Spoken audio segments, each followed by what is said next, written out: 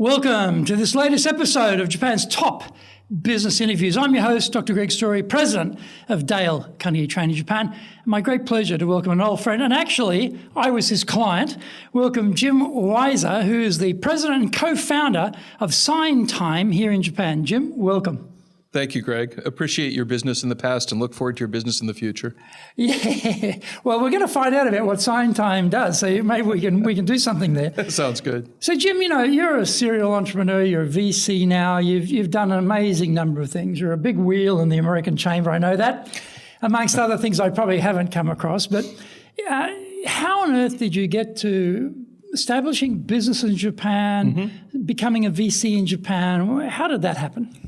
Okay, so I came to Japan in 1993, and I'd actually studied chemical engineering at university and had the good fortune to work in a chemical plant, which helped me understand that wasn't what I wanted to do. And so I said, right, I'll go spend a couple of years teaching English in Japan. That seems like something different. Okay, hang on a minute. Yeah. Wait a minute. Why Japan? I mean, teaching English, you know, you could have gone to Mexico and taught English, I guess, but why Japan? Well, I had to service my student loans. So Vietnam was actually my first pick and highest interest country back then. But Japan was number two, and I'd had several friends teach here. And they said, hey, it's a good experience. You should go try it. And it was something that was a little bit different and out of my comfort zone. So it sounded like, all right, let's go try this and see how it works out. So how old are you at this point? I'm 51. No, sorry, you're 51 now. But at this point, yeah, I mean, how old were you when you decided, okay, right, I'm off to Japan, I'm going to teach English there, come out of my comfort zone? What age are we talking? I think I decided when I was 22, and I arrived here when I was 23. Wow, okay. So you're the really, American dream, English teacher dream in Japan of going from an English teacher to a company owner, founder. So how long are you teaching English, and were you on the JET program? No. I was too stupid to get accepted to the JET program. They rejected me, said, no, someone like you, we definitely don't want. And in retrospect, and to be completely fair to JET, I read my application like 2 or 3 years later and went, yeah, I wouldn't have accepted him either. So I taught for a company known as Eon and worked in front of a Ekimai Eon, so in front of a station, in the suburbs of Greater Tokyo, Yokohama. So that was good. And I was lucky in a lot of ways that what I consider to be kind of meager computer skills compared to the people who I really, who I'd gone to school with, who really knew what they were doing, were in pretty high demand. And so I started doing computer consulting and some computer training I guess after I'd been here a year or so. And I ended up getting a job working in the internet in 1995. That was a good time to get into the internet, especially in Japan. So 95, you get into the computer business. And what was your role? What were you doing? Oh, I was doing systems integration, technical engineering type work. So the engineering work I had done had a lot of computer work in it already. So it wasn't too far of a step, particularly to where Japan was then. I mean, that was the world of standalone word processors and single PC for the group in the office kind of thing. So very, very pre-network era stuff. Could say in some ways we still got the fax machine working overtime here. We haven't gone that far, but so you were really coming from a very strong technical background in the States to what is still a nascent tech use here in Japan. So that was great. And so how did that go, and how long were you doing that? So I did the training and stuff for a year-ish maybe. It's been a little while. I don't remember exactly. Actually worked with some of our mutual friends, Annie Chang and Paul Goldsmith. There were two people who gave me some of my first breaks in Japan. Is that right? Yeah. What a small world, yeah. And then after that, I ended up working in the internet for an internet service provider back when that was kind of a hard thing to do, right? Now everyone just calls up your local phone company or whatever, but at that time it was a complex and hard process to get delivered. And so I started out, I guess one of the things that was really interesting about it, I started out in a very technical role. I was doing customer support and some engineering work. And over the course of a 4-year time period, I had 9 different roles within the company. I went back at one point and looked at my business cards, and there were 9 different things that I at least told customers I did. How well I did it, it's kind of the one-eyed man in the land of the blind. There's some certain things that you can say, yes, I'm an expert in this, but that's really only because there aren't many experts in this. So I had the opportunity to do that. And what was kind of interesting, I was talking with another friend about this recently, where you have kind of one door opens, other doors close, different decisions that you make at different times of your life that are really high impact, and you may not give them a lot of credit at the time. But I had really 3 high impact items happen to me in the course of 2000, 2001. The first was the company I was at had grown from being kind of 10 people in a Tomigaya apartment here, for the Japan business. There was a US business as well, to 300 people in Japan and another 300 around Asia, completely different feeling, very, very tight role definitions and so forth, right? So I wasn't as happy there. And so at the point I go to resign from the company, they say, well, Jim, we have a consumer business we're looking at spinning off. I'm 30 years old at this point. Would you consider running it? We think this would be a good opportunity for you. Think it's the right fit, da, da, da. And being an idiot, I said no. Because anyone who's 30 and has an opportunity to run an existing business that does whatever, $10 million or so should do that. It turned out well for me in the end, but that wasn't a good decision. So why, why did you not take up that option? Because as you say, it's the silver platter, it's on the platter. You said, no, thank you. Yeah. What was you thinking there? So I could attribute 2 things. One was probably what I think of as .com era arrogance, which was, well, I'm going to go build something really quick and get much richer because I have no idea how hard that actually was to do, right? So I think that's one side of the coin. I think the other was that I had a self-imposed limitation that I believed I could not successfully run a consumer business. I knew how B2B businesses work. And in fact, all of my businesses have been business to business, right? I sell and work with businesses, not individuals typically, or not consumers. And so I thought, well, I couldn't do that. It wasn't, well, maybe there's some people who understand that piece better than you, and you understand a lot of the other internet pieces. So I was blind to that possible reality, and so I essentially said no. So that was one, and I kind of flitted around. I worked at a couple of startups that didn't go anywhere, and that was the time period I was also the first company I founded, which failed miserably, or co-founded. There were 6 of us and founders. That happened during that year as well. So what business was that? That was e-business consulting back when that was a thing. Right. And what was interesting was that there were a number of signals I was getting at the time from the other founders that to me now are gigantic red flags. I mean, they were talking about, well, we're going to pay ourselves all this money, but no one was all that focused on customer generation. And I'm kind of like, where's the magical money machine here that's going to do this? And so I did some consulting work, helped them get going, and ended up, while I did found it, I was an external director and ended up leaving them in 2001 when I went to work for Enron. So that was a very interesting opportunity. It lasted about 10 months. So how did that opportunity come up? So a fellow that I had known when I was at PSI, who was also a Rice alumnus, ended up at Enron back in Houston. He said, oh, I know this guy in Japan, and we're looking to expand our broadband business there. He's the right guy for us. And it was, the typical kind of 4 to 6 month back and forth. Maybe we want him, maybe we want more of a finance guy. Anyway, and so that was a really interesting opportunity because it's very different from anything I'd done.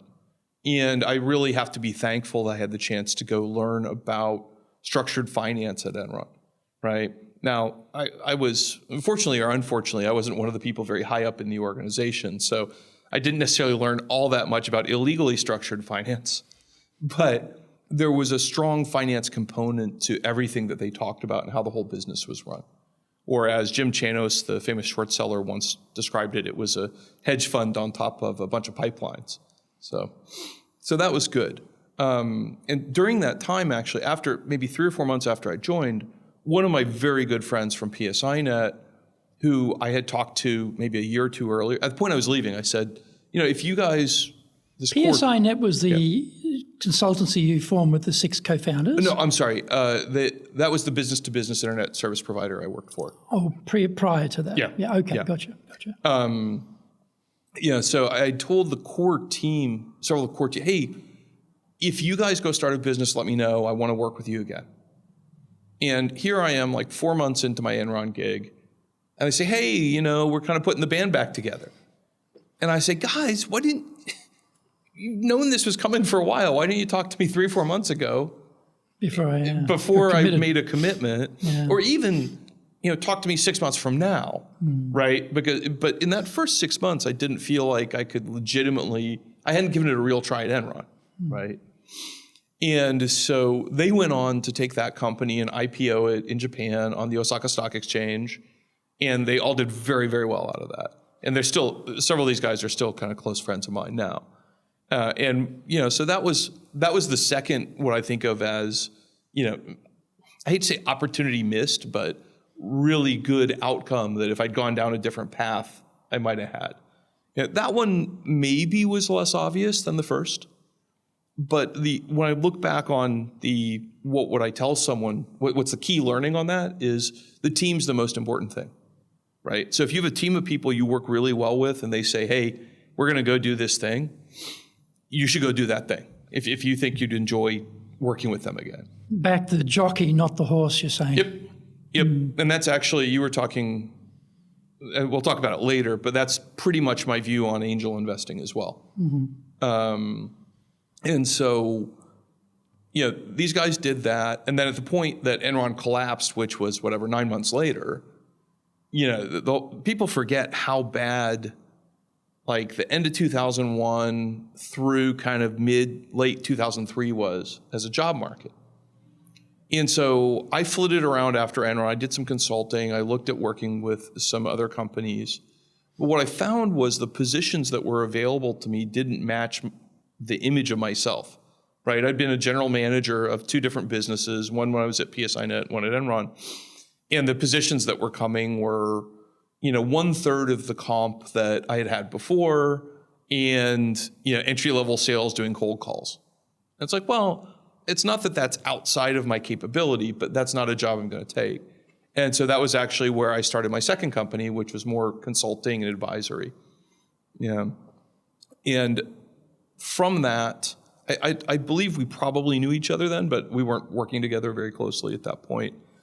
And from that, it was really useful for me to have a chance to interact with a lot of businesses, because I saw that a number of businesses were having the same problem as it tied into their telecommunications. And so the third business, and the one that we appreciate you being a customer for, was PBXL. And PBXL, we did the testing in kind of 04, 05 and launched it in early 06. And that company ended up getting sold to a company that's now part of Cisco in 2015.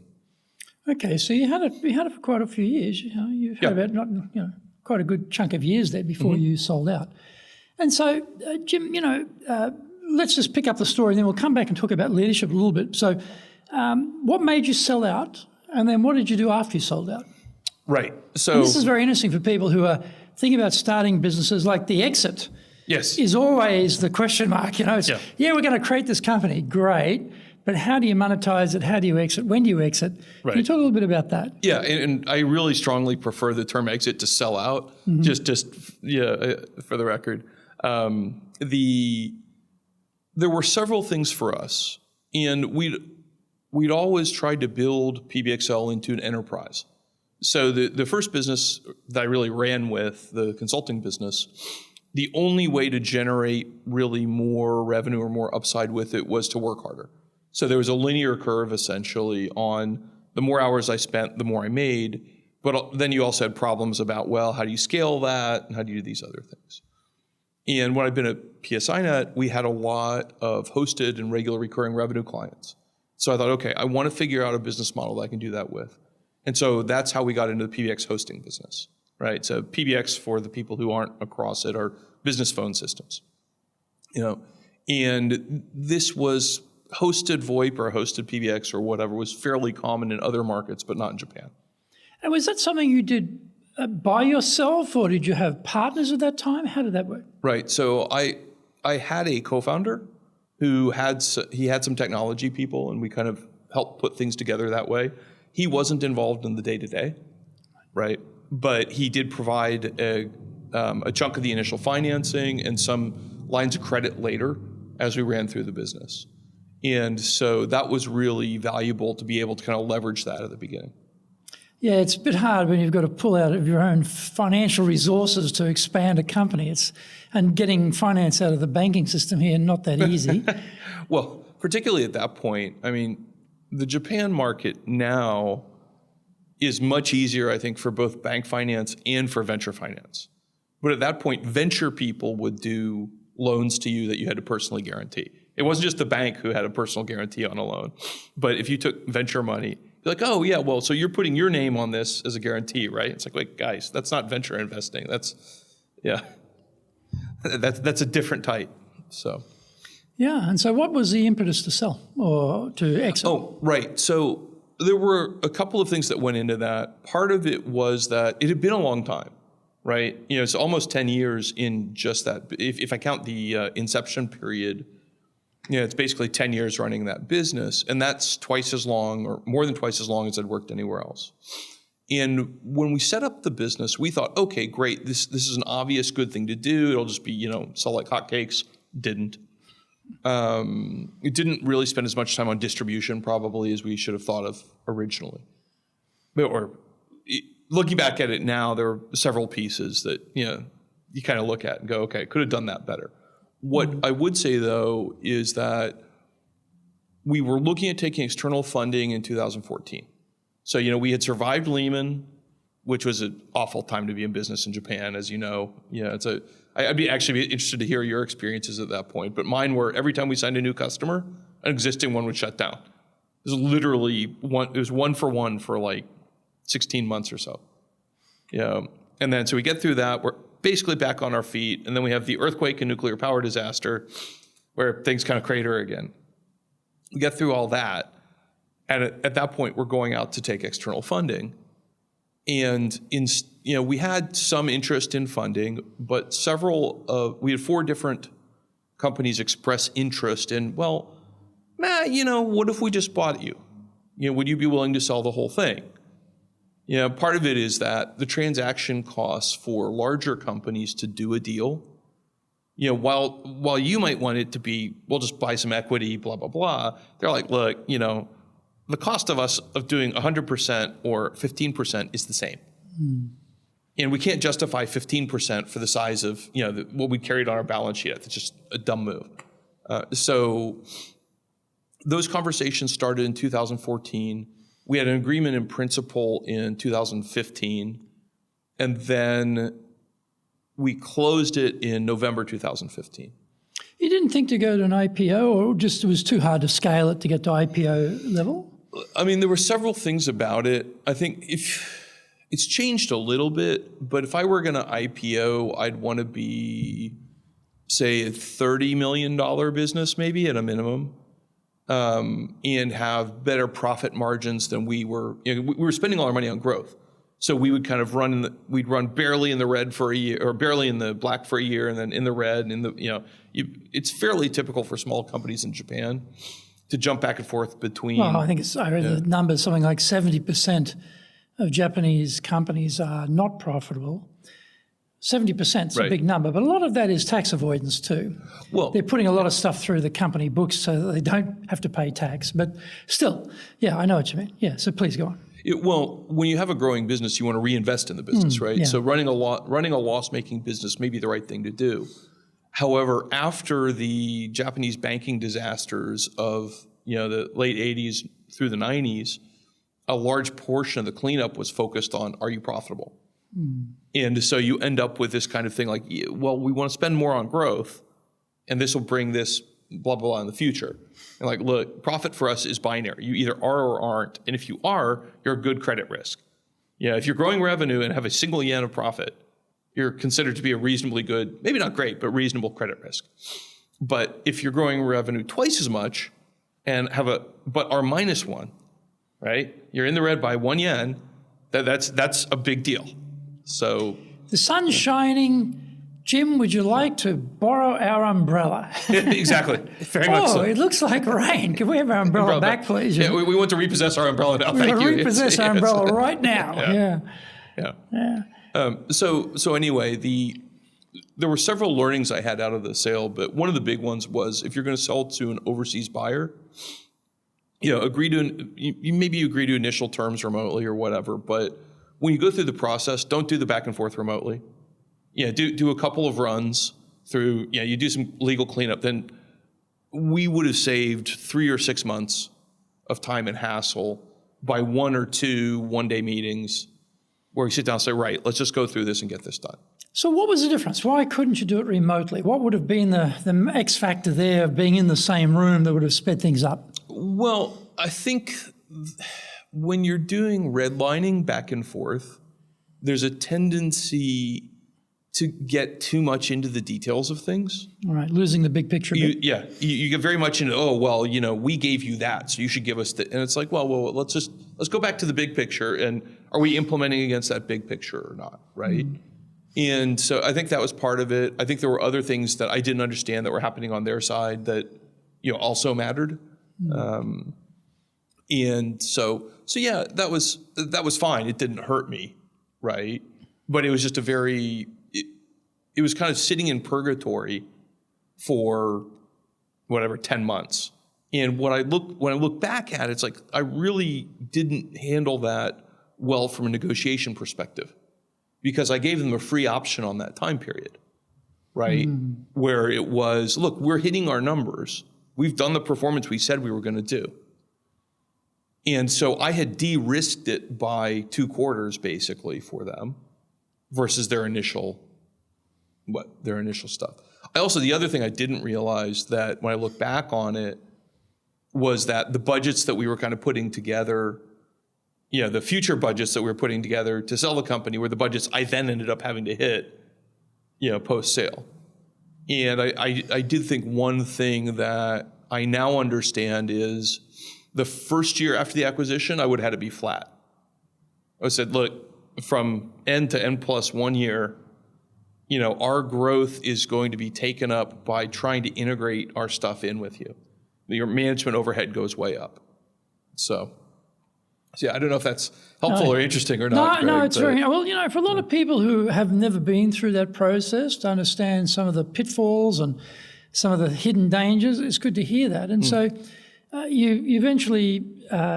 Did you have to stay on and run the company? Often you're a hostage to the new business. There's a sector there in the section in the contract that Jim will be with us for another year or 2 years or something. What was the hostage period? Yeah, hostage period.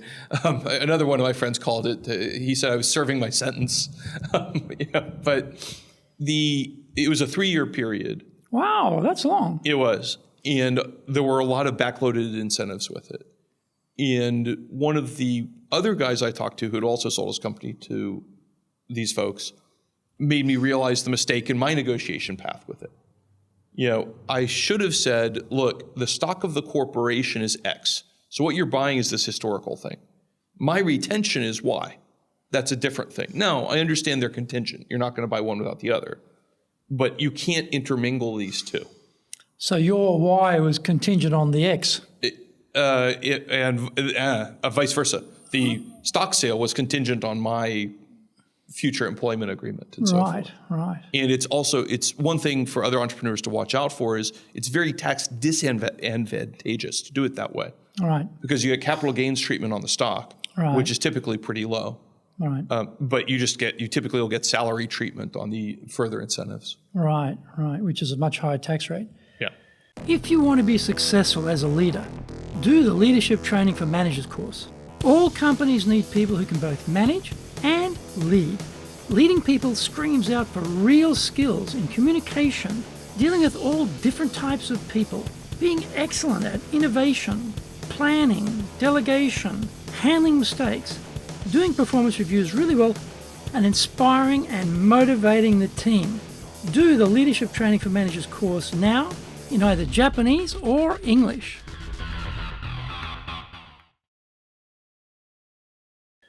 So you've now finally got free. Yep. And sitting around looking at the wife, she's looking at you thinking you're taking up a lot of space around the home here, Jim. Can't you go and get out here and do something? So what do you do next? Well, so actually let me finish how that went. So when Cisco announced that they were going to acquire the company that bought us, BroadSoft, my first thought was, okay, well, I'm ready to get out. You know, great. Here, I'll put my hand up. You can just pay me out. Da, da, da. And I did realize that if I were going to renegotiate an acquisition agreement, I'd have a change of control provision as well. Right. You know, but then I thought about it some more. Well, this is a much larger platform, right? And Cisco's a great company. And more than anything else, I need to help the people who've come with me this far get landed inside of Cisco. Right. So I actually spent an additional year past my 3-year period inside of Cisco. And I'm really happy that all my team members kind of ended up in good spots there. So during that time, yeah, I was also kind of looking around. I was doing some angel investing, as we talked about briefly before, and trying to figure out, all right, what's next? And the most obvious thing for me was, okay, let me see if I can start a Cisco partner, right? So that was one thing. At the same time, I've been looking at SaaS businesses generally, and while I know the Cisco business and the SaaS, the way that works pretty well, the amount of overhead that goes into running a infrastructure-focused business is very high, right? You know, if you recall when we did business with you as PBXL, we had to have people come out to your office and do stuff and move things around, right? Yep. Where if you're doing a pure SaaS business, you don't. And so I had spoken with my co-founder of SignTime, Jonathan Siegel, about a electronic signature product for Japan. And he like a Japanese version of DocuSign, that type of thing? Kind of similar to that, yeah. Mm-hmm. Yeah. And, you know, there's some of the stuff that we're focusing on now is a little bit more Japanese friendly. Like version 1 maybe looks a lot like DocuSign or someone similar. And, you know, DocuSign's a great company. They do $1 billion in revenue. So we're nowhere near that size at this point, obviously. But when you look at it, there are things that work in Japanese environments, you know, like the hanko and the ringi. Those cultural issues have been the biggest impediment to the uptake of electronic signatures here. They've been legal since 2000. So we looked at it, discussed it with Jonathan then. I hadn't left Cisco yet anyway. We kind of kept this in background. We talked off and on. I mean, we were friends anyway, so, you know, we talk about this occasionally. And so I come out of Cisco in late 2019, and I'm starting to set up an entity to do a partner, and then COVID hits. And COVID, for me at least, made the infrastructure business impossible to do. Because if you're going to actually send people on site, you have to have a high degree of knowledge and trust and information and so forth. And at the same time, I was going through the list of things I needed if I were going to be selling to people, and the e-signature business came back to the top. Mm. And so we started doing development on that the actual, what's the word for it? Software development for that in 2020. Yeah, I want to say probably Q1, maybe late Q or early Q2, 2020. We went into beta I believe, November of last year. And then we launched into market in March of this year. Oh, okay. So it's very, very fresh, very recent. Yeah. Yeah. I mean, we intentionally, one of the things we've been really focused on is that we're going to do a Silicon Valley style kind of quick development, rapid development process, very agile, with customer feedback driving what we do. At the same time, we're going to implement a Japanese level of kind of quality control and assurance. Okay. Right? Because traditional Japanese companies are not very comfortable with any problems at all. No. And so getting that balance right, it was interesting because I felt like I was dealing with a interesting tension point between an overseas development team and even my co-founder who's used to this very rapid dev. Oh, here, let's just push it out. If it breaks, we'll apologize and fix it. Right? No. Versus like, we could do that for certain things, but not for, you can have one of those, but not 20, right? Yeah. And so getting that back and forth settled and then getting the team to kind of recognize that, we can have one of those is okay. Yeah. And I've had team members tell me recently, it's like, Jim, I haven't ever worked anywhere before where mistakes were okay. Well, how about that? Welcome to Japan, isn't it? Yeah. Defect-free zone here. No, it is. And it was really kind of amazing because, those kind of comments have kept coming out of my team members. The thing, though, is you're talking about a trust culture based on the stamp system, the hanko system. So there's no defects around that. I mean, we have an electronic image of our hunko in our documents for our invoices. It's actually physically in there. And we will electronically send that invoice with that hunko in the document to the company, and they'll ring us up and say, could you send us a hard copy, please? So we go to the photocopier, we print out the exact same thing, we put it in an envelope, and we send it to them, they're happy. It's like, how could this be? So that sort of, legacy connection to the hunko, I know it's changing rapidly now because of COVID, but the part of that is that trust thing. So, yes. If you're going to go away from the hunko to trust, there can't be no defects, right? Well, I think what you're talking about is really important, Greg. And another thing, though, that people, I think, underestimate is how poorly served the typical Japanese office is by most of the e-signature solutions in the market now. If you look at most of them, they feel Western, even if they're locally developed. And from my perspective, it looks like many of the Japan-specific solutions were just copies, essentially. And in the same way you save a signature, you save a hunko. But if you think about it, in a Japanese sales process, right? You will often have like the hunko from person one, the hunko from person two. The salesperson, the sales bucho, maybe the shacho, go boom, boom, boom, right? And then it goes to the customer. So those were some of the things we actually built into our processing, to where it's like, okay, yeah, this is how you do the same process. So it's basically electronic ringi seido of everyone who's got an vested interest putting their step. So it's taking the ringi, it's incorporating the ringi piece into a contract process, because there are ringi systems that have been out there forever, and there are, again, the electronic contract stuff's been legal since 2000, so those exist. But that merging of, okay, what's a natural business process has been much weaker than I would think it would be at this point, right? It's 21 years later. You'd think it'd be like, oh yeah, here, we just do it this way, blah, blah, blah.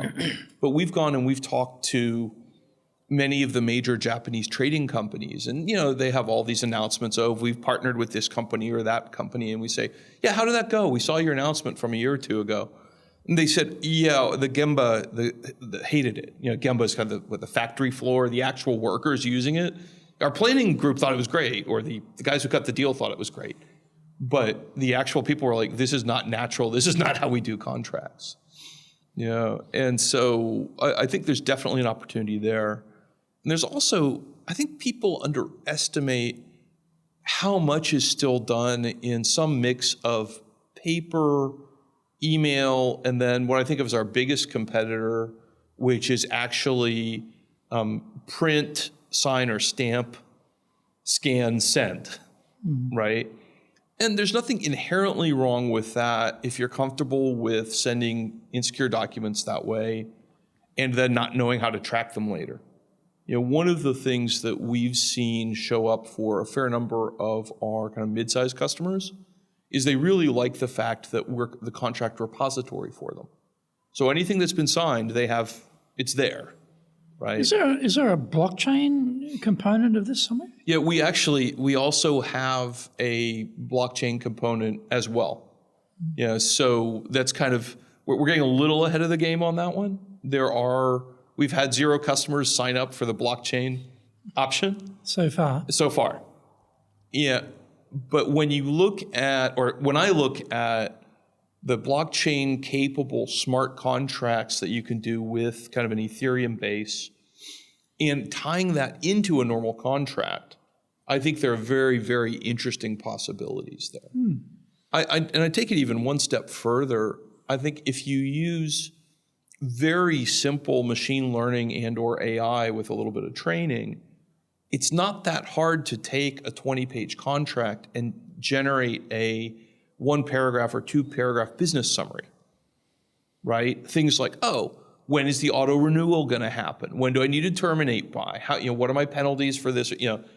Anything that's material in the contract. Because in my experience, at least, typical contracts have a lot of verbiage that really ties into making it stand up in court properly, right? But typical business people aren't typically saying, herewith and forbear, these very long whereupon type words, right? It's much more, right, okay, you're going to do this, and then I'm going to pay you for doing this, and you're going to keep doing this for me for this long, and if I'm going to tell you not to do this for me anymore, this is what I have to tell you by, right? And I think there's a big opportunity just in notifications for that. I know in the companies I've run, there have been a number of times I was like, oh, I'd meant to cancel that, N weeks or months or years ago, and it just kind of kept ticking. So thank you for that. Let's wind back now to say your first experiences as a leader, because coming from the States as a just graduated, and you're working for companies. When you got your first actual job of leading people, what stage was that? That's a complicated question. So I was an international project manager when I was at PSINet. So it was mid-20s, no direct reports, but like a lot of project management work, it's substantial coordination. It's like having no authority, but requiring people's cooperation. Yeah. And so there's that. Then I had a 7-person team reporting to me in the last position I had at PSI. It was running the Twix business. And I don't know, when I look at how bad I was as a leader. What was bad, Jim? When you look back and you think, okay, I could have done that better. What were the things that you probably could have done better? So you want to keep this to under 2 hours, right? Yeah, well, we just keep the tape rolling, I think for me, from 30 years old to 36, 7, 8, somewhere in there, I have to say I was really very bad in lots of ways. And we can start with I didn't listen very well. Mm-hmm. I'm a smart guy, and so thought, well, shouldn't we just do this? And in an engineering environment, there are some engineering cultures that are very strong in you stand up for what you believe in technically, right? And so you present it strongly, but people come back at you hard, right? And I'm very comfortable in that environment. I have no problems. Someone says, Jim, you're an idiot. This is why. So long as you say, this is why. You can't just call someone names. You have to back it up, right? And it took me a long time to realize most people were very uncomfortable in that kind of an environment. And that's probably beyond engineer culture. That's Japanese culture about don't let people lose face, have a harmony amongst the people, teamwork rather than the individual hero. There's a whole bunch of cultural things wrapped around that. And you've sort of come in as the hero. I know the way forward, follow me, or else, I guess, yeah.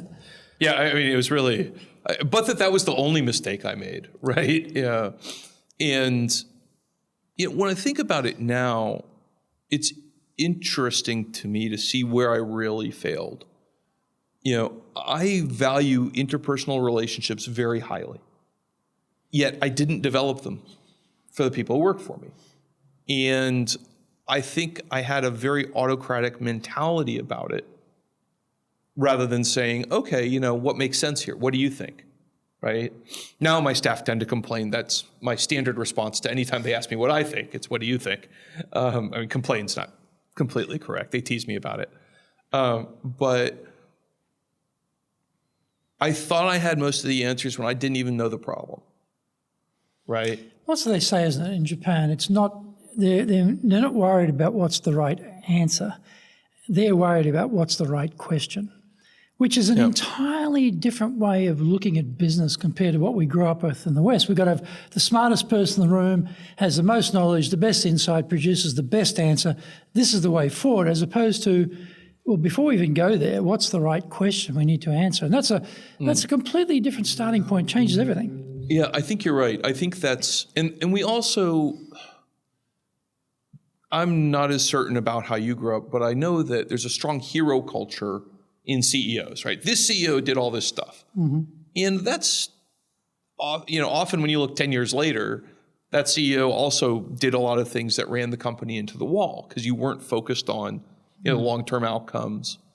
And one of the things that was really valuable for me, and I've talked about this other places too, but my participation at a relatively young age in the American Chamber of Commerce in Japan. You mentioned that before. And that's a volunteer organization. So there is a hierarchy, but you can't command someone to do anything for you as a volunteer. But yet you can still get things done. And so it helped identify passion with people, identify what people's interests were. And I also got a much better feeling for the Japanese words nemawashi, but I don't even know how to say that in English. Well, I think it's easy. I think you just call it groundwork, If we were going to prepare the groundwork for a meeting before the meeting, okay, Jim, let's strategize together before we get into the meeting and think about the outcomes we want. Except in Japan, they just do it on an industrial scale.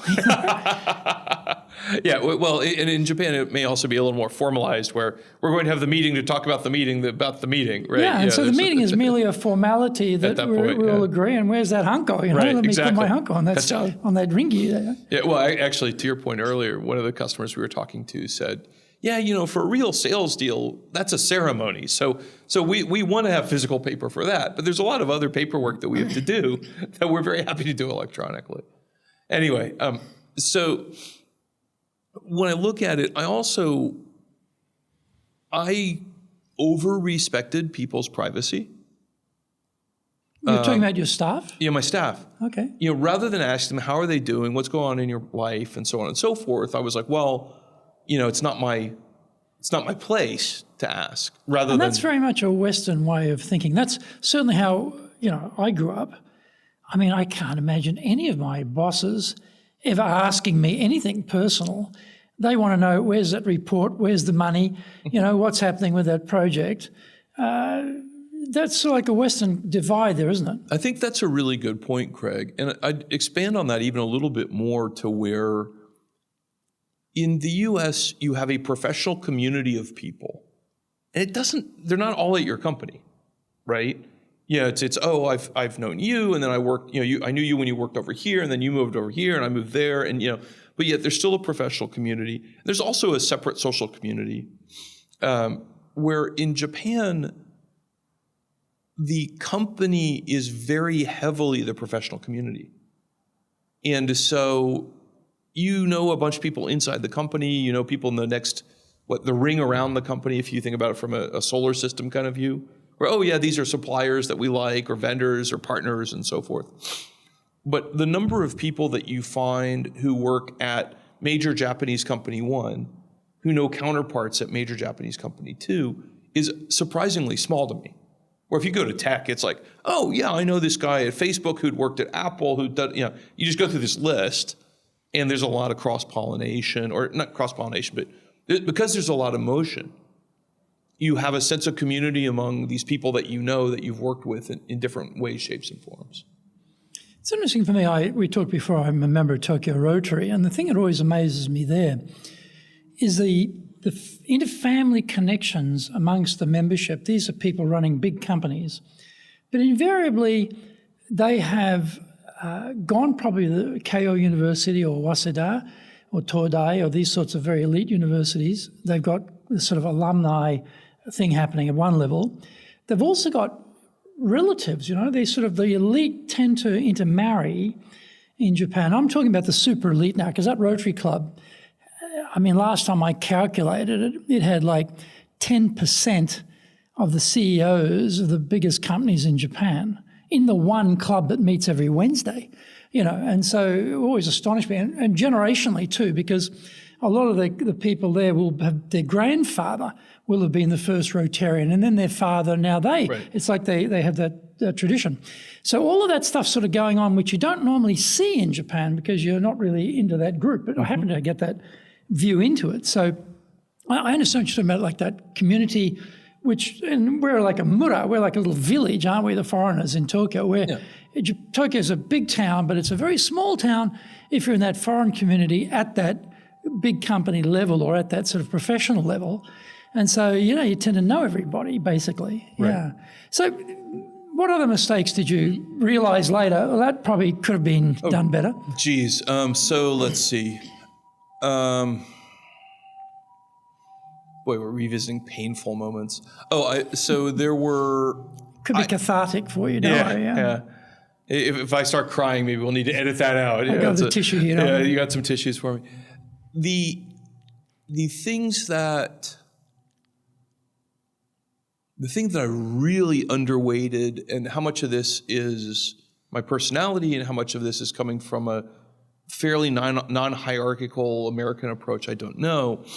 But I completely underweighted how important what the boss says is to employees, right? And so, now when I think about it, I try to remember that everything you say is like times 100. Good times 10, bad times 100 is kind of the, versus if you and I are just talking and teasing each other or something, right? And if you have a certain long-term relationship with people, it might be a little different. But so long as people are thinking in that kind of a structure, then you have to be very careful about anything that you say that's negative. Now, add that to, I'm a fairly rare personality type. Yeah, maybe it's the engineering training, or maybe I went to engineering because I'm this type, but I'm fine getting compliments for things, but I really want constructive criticism. And honestly, many people say this, but I get bored with hearing how wonderful I am or whatever. Most people say, well, Jim, you did really good with this and this and this, and I'm like, yeah, but you're getting to the point that's important to me now. Give me the important stuff so I can fix it for next time, right? That's how I kind of mentally process it. And sometimes I've wondered, am I defective emotionally because I don't process this properly, right? But most people are not like that. Almost all people are not like that. And if you take that approach with them, so I obeyed the golden rule, right? Do as you would be done by, or do unto others as they would do unto you. And so I did that, thinking that was a good approach. And that was a disaster. That was, I still feel bad about some of the people who worked for me then. And what I realized is that the more enlightened rule is treat them as they want to be treated. The platinum rule. It's yes. Yeah. I've seen as platinum. I've seen as some other similar things as well. And so that was hugely painful for them and for me. Yeah.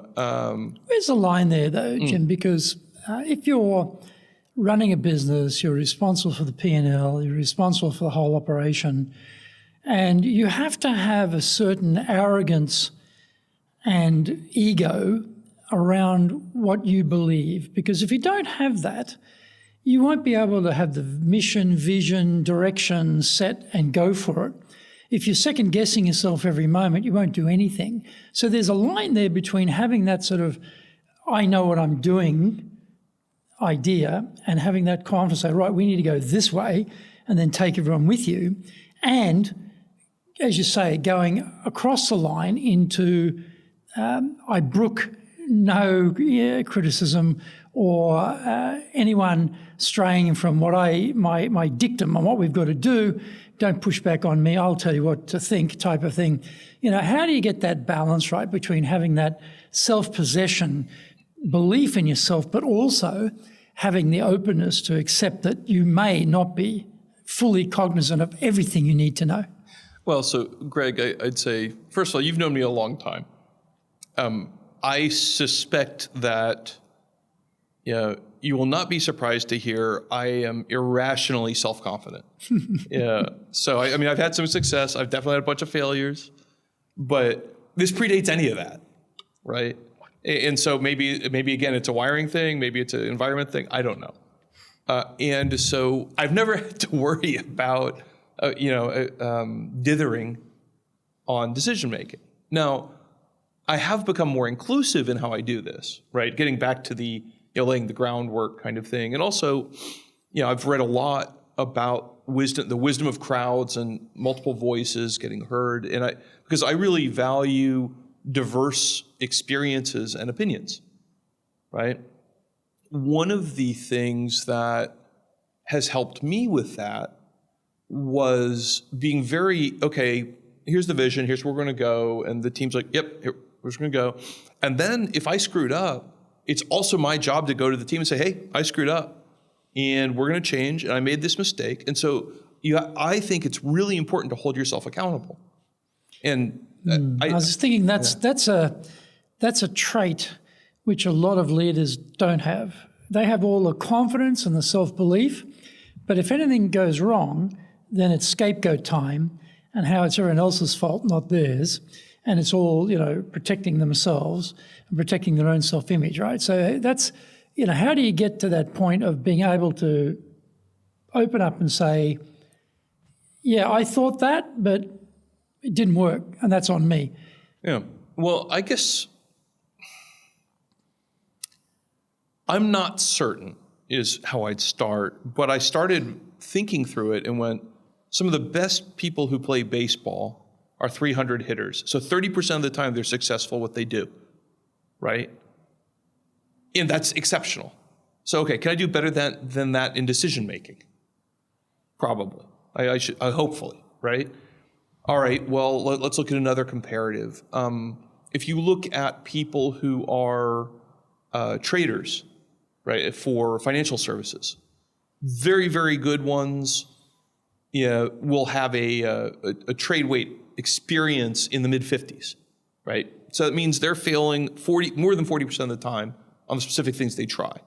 Now, they do more of what works and less of what doesn't, but and so I've tried to learn from both of those things. And maybe it just gets back to some mix of insufferable arrogance or exuberant self-confidence or however you want to describe it, to where, I don't feel weaker by saying that. Here's a point too, in terms of how you're perceived, because I think part of the thing in the West too is if you admit error, there's always that, in particular in America, you've got that litigious society. So people are sort of tuned up in business to never admit error because they're worried about being sued. Then you've got that other component, it's a very competitive society, and that if you admit error, people see that you are now something to be feasted on as they take over from you and grasp the brass ring and take off and you're gone.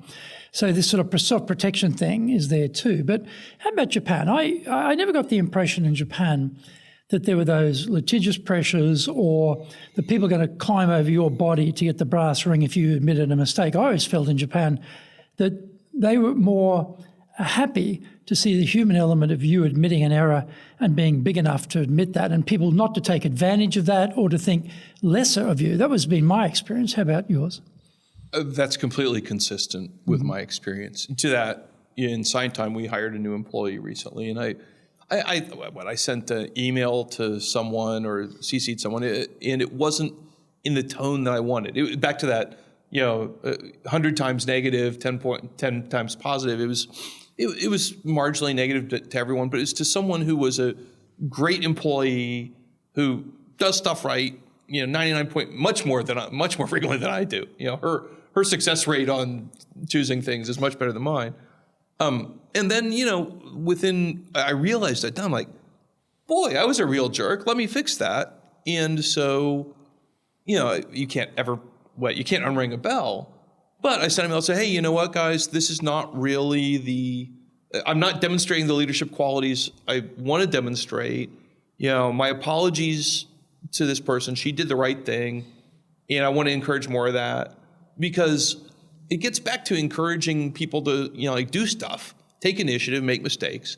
If they know that, the boss does this and makes mistakes and then owns up to them, you end up with, or I believe you end up with a culture of people who are much more willing to do that. Here's a point that we talked before about Japan being a defect-free zone, a mistake-free zone. And one of the elements of innovation, you talked before about Silicon Valley, fail faster, we learn on the run, learn on the fly, whereas here, no, it's got to be perfect before we put it out there. So how do you get innovation in the Japanese team, which automatically has an acceptance of failure built into the process? You will fail in the innovation process because that's an iterative process of learning through what does work and what doesn't work when you've got a culture here that says no failure. So how have you balanced that out? It's sort of obvious to say, well, failure's fine. We learn through our mistakes, but you've got a culture here that says no mistakes. And you as the boss can say, hey, look, I'm happy with mistakes because we're learning. And they're all sitting there thinking, I don't think so. I've been brought up to believe no mistakes. I'm not going to stick my head up above the parapet. I'm not going to try something that might fail. I'm not going to take any risks. I'm going to stay in my comfort zone. How do you balance that out? So I think in some ways I'm lucky because when I'm running a startup, you self-select towards people who are a little bit more that way, right? Beyond just that, though, I know my team struggles with this from time to time, right? It's an ongoing thing where you just have to reinforce and reward the good behaviors, and just simple reward, like, hey, good job, right? And then you don't reinforce the ones you don't want as much of. Yeah, and so that's I guess that's a kind of pithy and useless answer, but I think I've seen it very frequently with kind of the foreign boss who comes in on, we're going to make these sweeping changes without kind of getting people to buy in on it. And do we need, from the team perspective, do we need to innovate, right? In a startup, everyone's like, what we have is nowhere near good enough. We have to be much better than this, right? But for a lot of more established companies, I think it's no, we make widgets. And we've been making these widgets for 40 years. And we have distributors who distribute our widgets, right? And so, and in a lot of multinationals, they know, well, I've been through 6 foreign presidents at this point. This too shall pass, right? Yeah, just hang around. Just hang around, and this person will leave. She'll be on a plane out of here. We get back to normal. Right. Yeah, and then we'll have a year of interim and right. And so, I think a lot of it is the team. Some of it is the industry that you're in. I think there's also I'm trying to think of the right way to frame or phrase this, but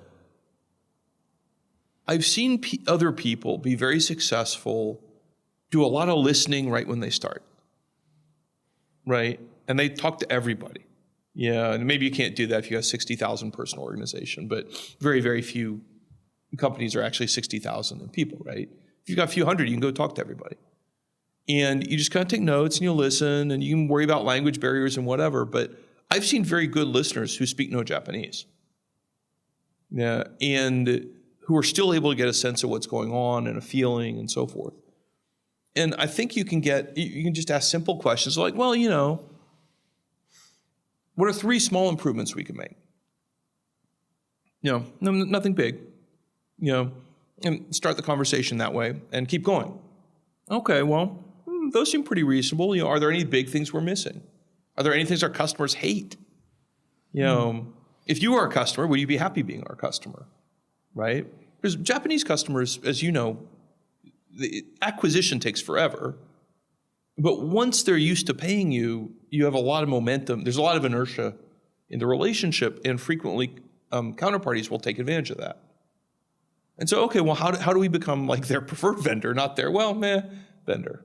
That's a good point too, because for Japanese member of staff to talk to a brand new president coming from overseas who doesn't speak Japanese, to really open up and tell them the truth about what they think would be, from their point of view, I imagine, quite a risky enterprise. However, being the advocate of the client, the third party, it's not their words now. So they can put in the real truth around what the client, actually what they believe, is wrong, and make that point to the president. So for that angle you put on that, I think is a nice one. Not to ask, well, what do you think I should be changing around here? It's to say, what do you think we could do more for the client, or what things could we reduce the friction for the client that we have now, or take away things or add things for the client, and make the client the crucible of change.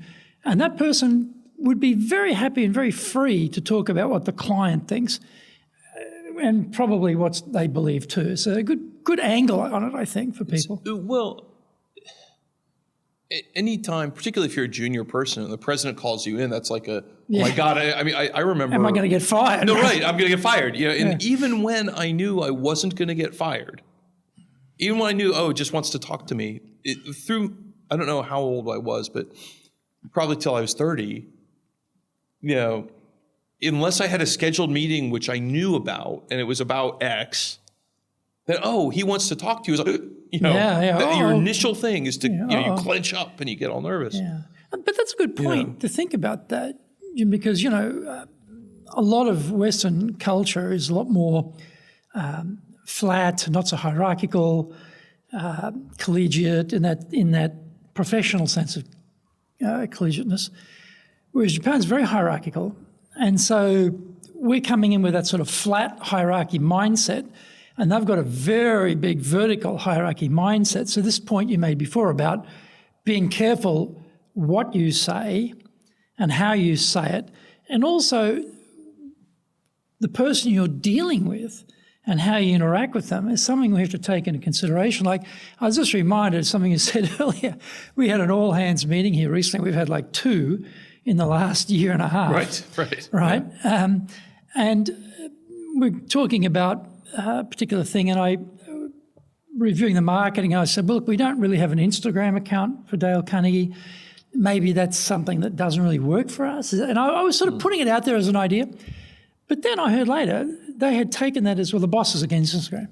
And I thought to myself, actually, I didn't actually want to say that, but maybe that's how it came across. I just thought, well, maybe it doesn't work as a, I'm not sure. Right. You were thinking out loud, right? But they took it as, well, the boss doesn't think Instagram is going to work, so we've got to. But the interesting thing was they got together and started plotting how they could get Instagram to work. Great, well, let's do it. I mean, I'm not against it, but you're a genius, Craig. That's I why I'm going to steal that whether one. it would work. But this just reminded me of, well, isn't that interesting? I've been here 36 years, been running companies in Japan since 92, and yet, still these things get taken the wrong way. But anyway, coming back to this innovation thing and also engaging people. Like you talked before about how you disengaged a lot of people in your early days. What are you doing today to really engage people more that's working? So, we were founded in the middle of COVID, so we've had 0 all-hands meetings in person at this point. Okay, yeah. Wow. So that's hard. Yeah. That's How really do you get around hard. that then? What do you do? Well, we still do have meetings with people. We also do have remote kind of meal sessions from time. We'll all do a lunch together. We'll all have drink. We'll all do a happy hour, even though we've got people in different time zones. We've one of our developers from Serbia joined us, even though it was morning for him when we were all kind of winding down. He just had coffee, but it was. They probably don't mind a vodka or something early in the morning. But he was actually Russian, so Russian. He's probably we'll go. But for anyway, it. Without delving too much into that, I think that's important. I think one of the things I've gotten much better at is what I think of as over-communicating. And because I don't think it's actually possible. I say over-communicating because, you can get tired of it. And that's because you're as the business leader, you're like, okay, well, this is to my team and I need to go talk to customers more. It's like, well, except those customers are not customers, those people you're talking to are your force multipliers. Right? So that's how you actually reach a much, much larger number of customers and make them happy and so on and so forth. And so, I don't know, I've never written a company update that I thought was a wasted update. I'm more likely to kick myself for, I've been trying to do weekly updates, and it seems that my periodicity on weekly is every third. But, and I've told the team, look, I'm going to try, but this is not one I'm going to hold to very tightly, right? I think it's important that you know what's going on as things change. And so you don't do anything daily with the team? Well, we have a Tay-Day, or we have Tay-Day is a group meeting, remote group meeting. I don't always go to that because I think conversation among the team without me being there is also important. And it's because Japan has very strict hierarchies, structural hierarchies. And in larger organizations, at least typically, they're strict but weak, right? Just because the boss's boss likes something doesn't mean a deal goes through, right? You've got to satisfy the front level and probably the second level. That's always, I talked before about the hierarchy, that's always surprised me how you think in Japan because it's a hierarchy and therefore if you, like the British, if you convert the Raj, you take over the whole country. Right. If you're the boss and you say something's going to happen and if you get to the president and you convince the president, then the president will drive that idea down, except that doesn't happen. So that's sort of a contradiction. It's hierarchical, but it's also not what do you sort of like there's an element of at the gemba, at the bottom level, Right. the people have input into actually what's going to be executed. So if you look at some of the cross-cultural studies on this, are you familiar with Geert Hofstede? Yes. Right. So Japan and the U.S. actually end up with very similar hierarchy levels. And it's a distance from power, I think, maybe the thing that Japan doesn't have much power in the hierarchy. The U.S., while it's relatively flat, has very, very strong, once that's decided, it goes down, right? And I'm probably exaggerating in both cases.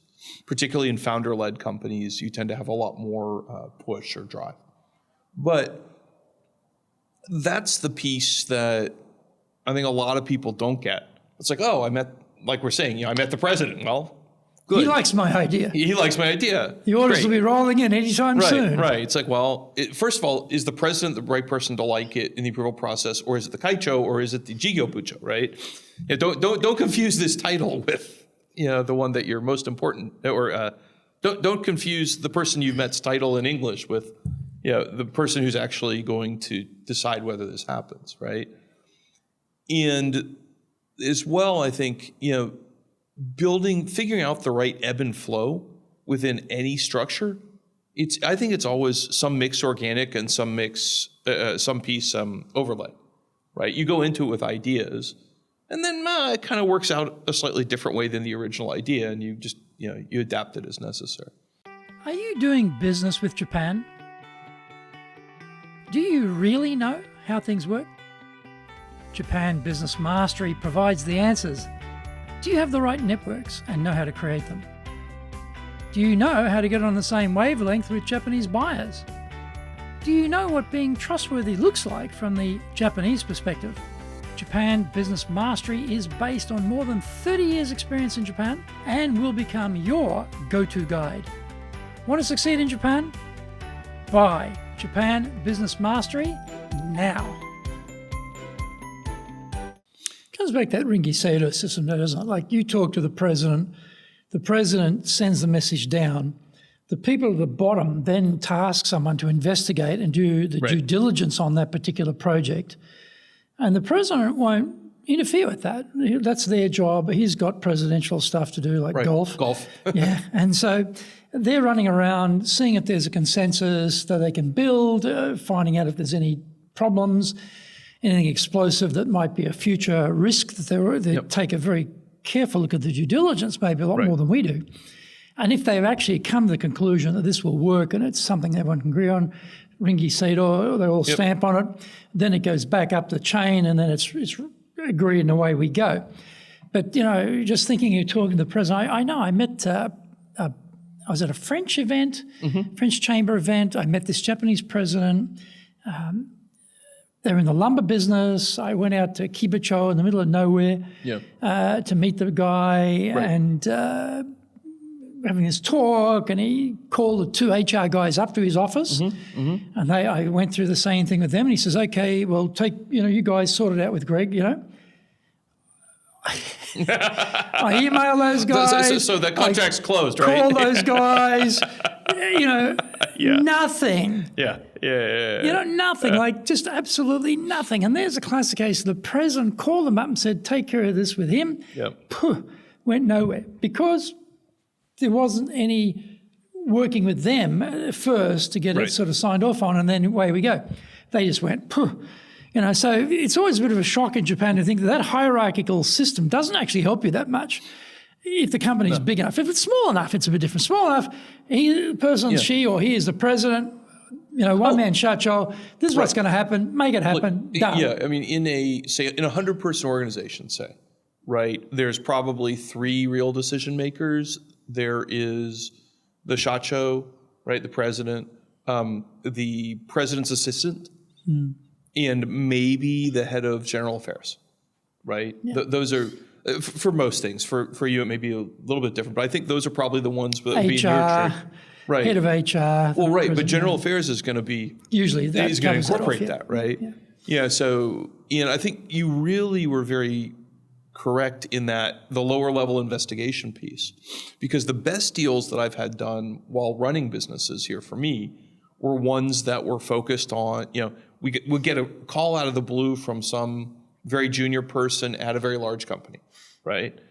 And then we start talking, and then, okay, well, what about this? What about negotiate, so on and so forth.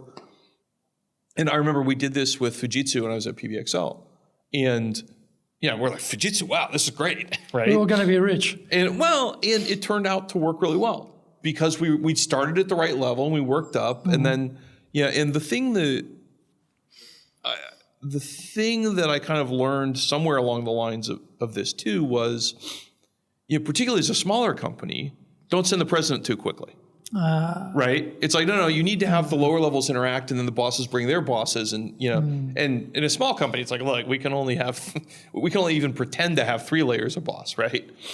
And you turn up at the meeting, right? And there's one of you, and there's 5 of them. That's a classic, right? You turn up and you're the sole shacho does everything, and they're the hierarchy of a number of people involved. There's that too, and it's like, and the impression you might give then is you're not taking it seriously. Yeah. So then it's like, no, this is an important meeting. Guess what, office? One of you is on the phones and or email, so we can continue serving our customers, and all of you are coming with me. Yeah, where's my entourage? Yeah, right? exactly. Oh, what do you do? Oh, I'm in whatever customer support. Why are you here? Well, it's important that we hear your entire thing so we know how to support you in the future, right? And that's very different than what you would see in a typical U.S. corporate environment where, no. Engineering and support people never talk to real customers, right? Those are what sales engineers are for or whatever. And again, I'm probably exaggerating that a little bit.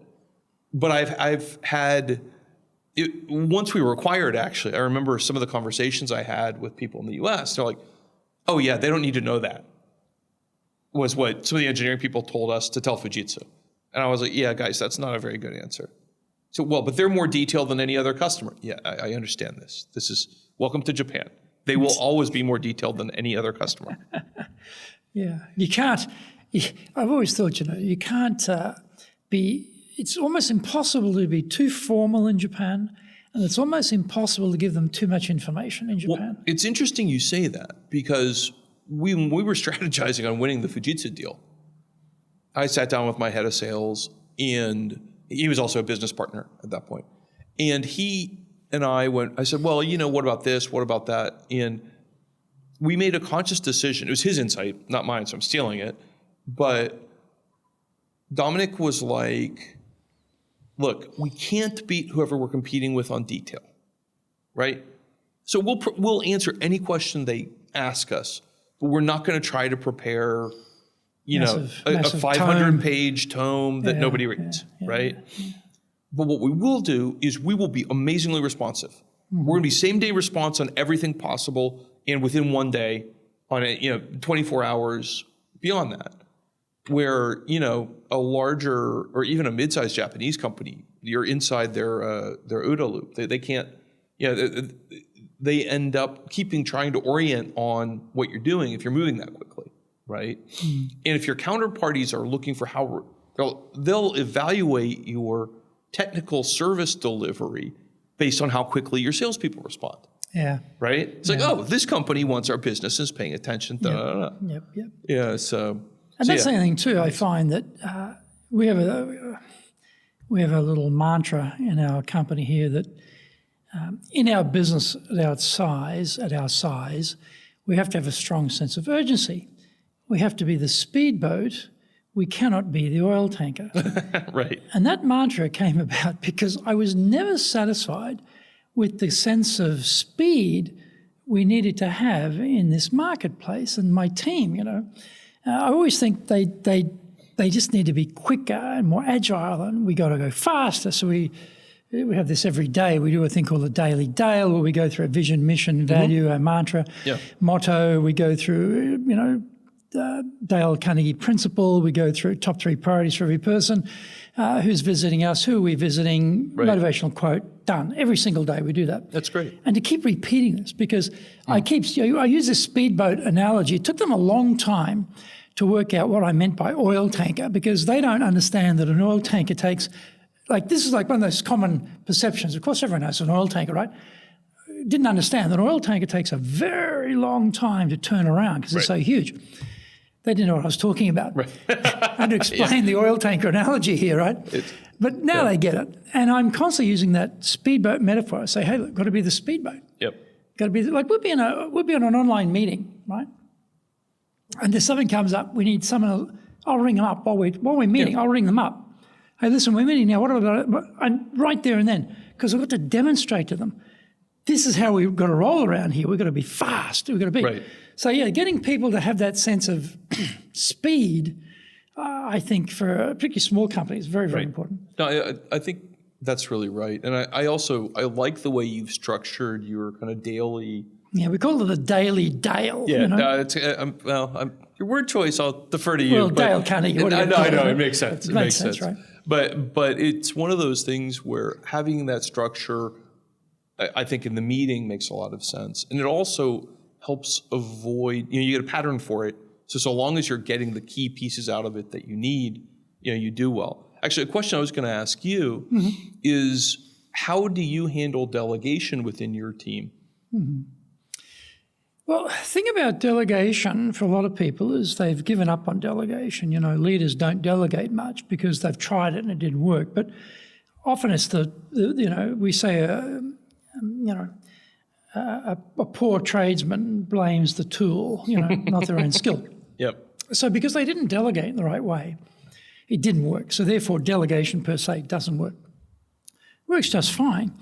The missing piece for a lot of people is selling the delegation, because what's in it for them is a key component. If they can't see what is in it for them, they just feel this is an intrusion into their workday. Why am I doing your work? I'm already maxed out with what I've got to do. Right. I see no point in me doing this. So if you can explain where it fits into the picture for them, that's the first part, sell them on the delegation, and then get them to tell you how they're going to do it, as opposed to, now I want you to do A, B, C, D, and E. Again, let them tell you how they're going to do it. So they've got that sense of ownership. So if you sell to them on why it's important for them to do it, and you get them to own it, then delegation works. So I think the system is the problem. If you don't have the right system, you're not going to get the right outcome. So, delegation done like that, the worst thing you can do is I remember when I joined Jones Lang Wooten, which is now called Jones Lang LaSalle. It's back in Brisbane. I first joined the company. My boss, Ian Mackey, came in. He had these 2 huge manila files of correspondence with Japan. I was starting the Japan desk in the Brisbane office, and he just dumped them. I meant like kaboom. They were heavy, Right. Dumped them on the desk, Look at these. That was the delegation of the task to me, And I go back and read through all the correspondence and work out what's going on. But that's very typical. Like, Jim, look, here's the project details. Want this done by, 2 weeks from now. Get onto it. No sell. No getting them to tell you how they're going to do it, and no keeping track of it either. And then the classic is on the day the project's due. So, Jim, where's the project? Oh, here. Jim, you zagged. You were supposed to zig, Right. They go off on a completely different tangent, and you're going, what the, and then it's too late to fix anything because you run out of time. Yep. So I think the delegation process is sell, get them to own the way of doing it, and then check.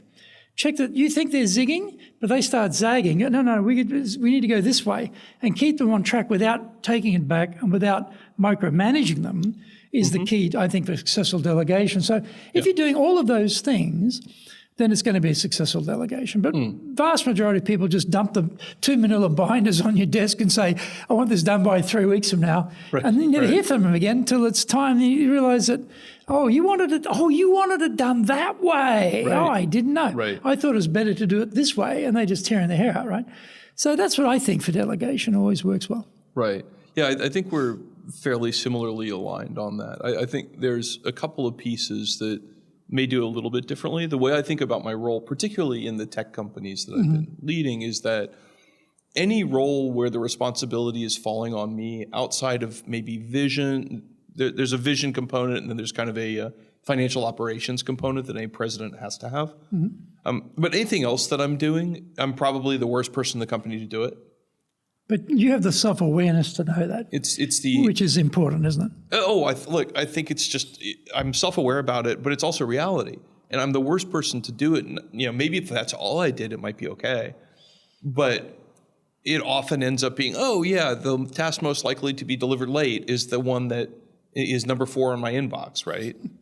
Yeah, and so the way I've described it to the team, and this, speaking of analogies that don't always work, is I've said, look, I'm kind of like a utility infielder in baseball. And then we have to go through and explain what this means. But a utility infielder is typically not the best batter, not capable of pitching, can't play catcher, and yet can play multiple positions.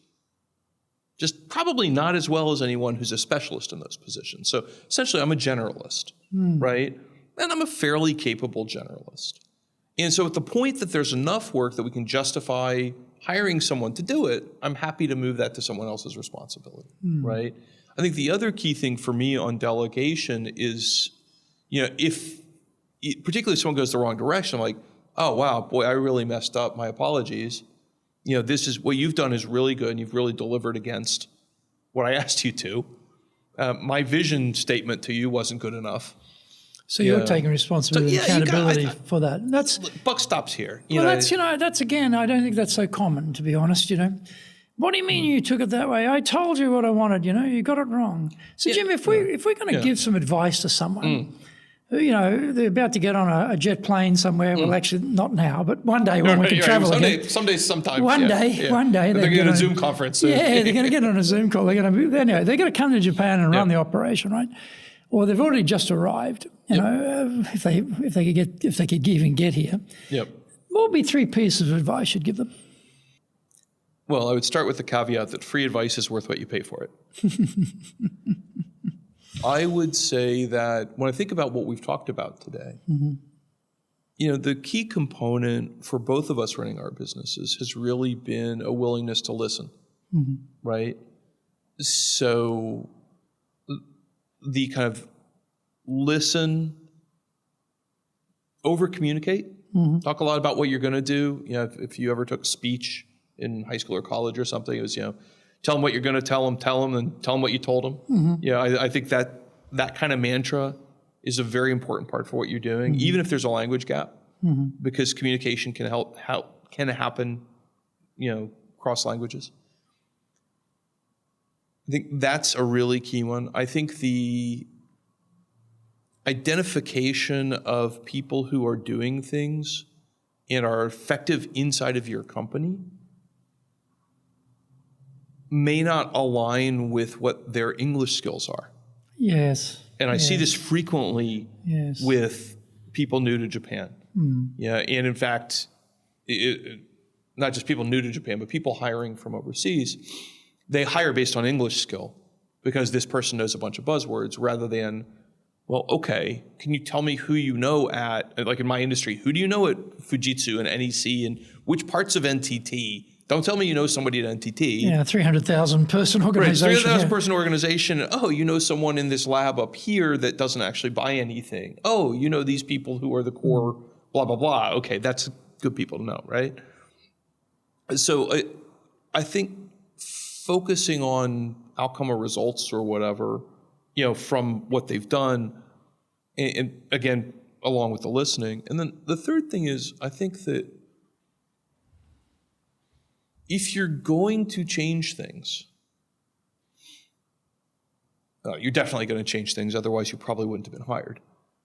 But if you're going to change things, giving people a sense of ownership of the change rather than it's kind of me from on high doing this, and having a willingness to at least tinker around the edges on it can make it a much more useful and productive affair where I just think about the number of times people say, right, okay, we're going to put in, what's a good example? Salesforce.com.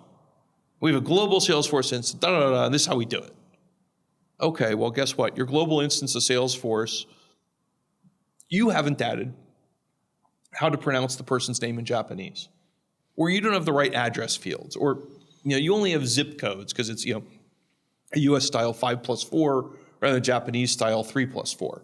right? Sorry, for the digit count, right? That's right. Yeah. And those changes are actually not that hard to make if you're willing to go say, look, we are going to do this, but we also understand that there's some massaging that you need to do. I'm sorry if that's really, really detailed just because of my tech background. But if you can show that you're an effective advocate for the people here to headquarters, then you end up being a hero locally, and you get the ball rolling the way you want it to, rather than kind of like a Sisyphus where you're pushing the rock up the mountain by yourself and having it goes that way and rolls over you a couple times.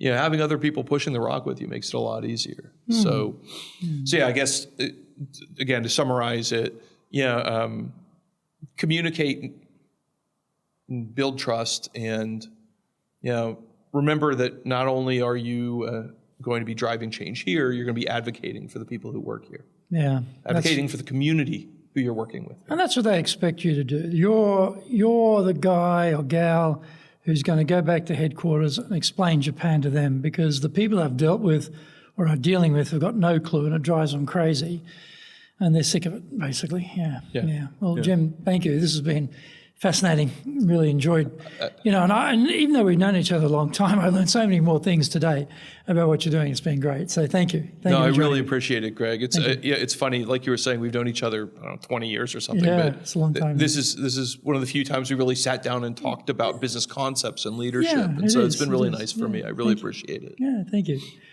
So thank you very much for joining us, and please join us again for our next episode of Japan's Top Business Interviews.